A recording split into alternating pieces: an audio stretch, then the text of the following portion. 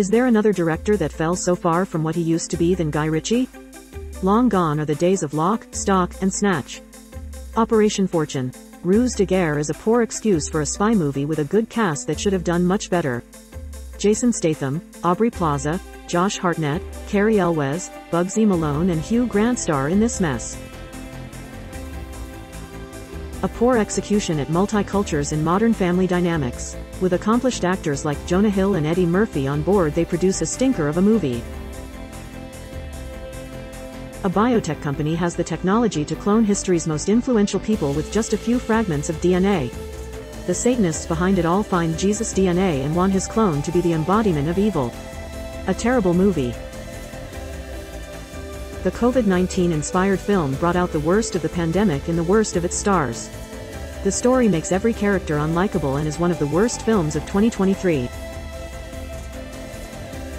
Taking advantage of a rights loophole of the Winnie the Pooh franchise, first-time director Rhys Frake Waterfield thought it was a great idea to take the beloved characters and turn them into homicidal maniacs. Thankfully, the public vomited all over this mess of a film that has a 4% score on Rotten Tomatoes. Another remake of a classic that should be thrown into the trash, it's Teen Wolf, the movie. A continuation of the MTV show, this film is lifeless and lacks everything that made the original a cult classic. A master locksmith comes out of prison and tries to build a future with his daughter and ex-girlfriend but is lured back into crime by gangsters. Yawn. The movie that is a spoof of the life of famous public television painter Bob Ross, is completely unfunny. Owen Wilson will have to explain a lot about this mess of a movie that has 31% score on Rotten Tomatoes. Russell Crowe continues his recent misses with this unscary and boring movie about a boy who is possessed in some sort of conspiracy of over 100 years. A remake of a 90s movie that had all the flair, spark, and call-outs to the time, this poor remake is another bad movie trying to cash in on what was once popular. Even great actors like Adam Driver can produce goose eggs. 65 is about a man from an advanced world who takes his family on an expedition for 2 years and finds themselves in prehistoric dinosaur Earth. The film bored audiences to the Stone Age and was panned by critics.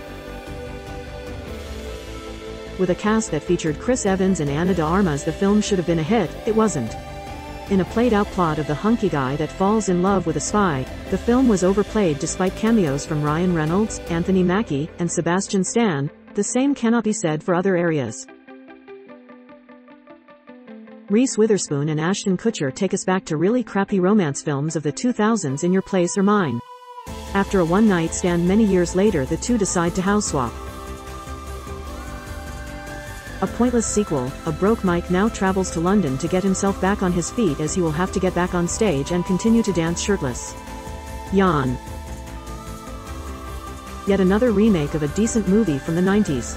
This version is so uninspiring, boring, and lacks everything the original had. Hollywood really needs to get creative again.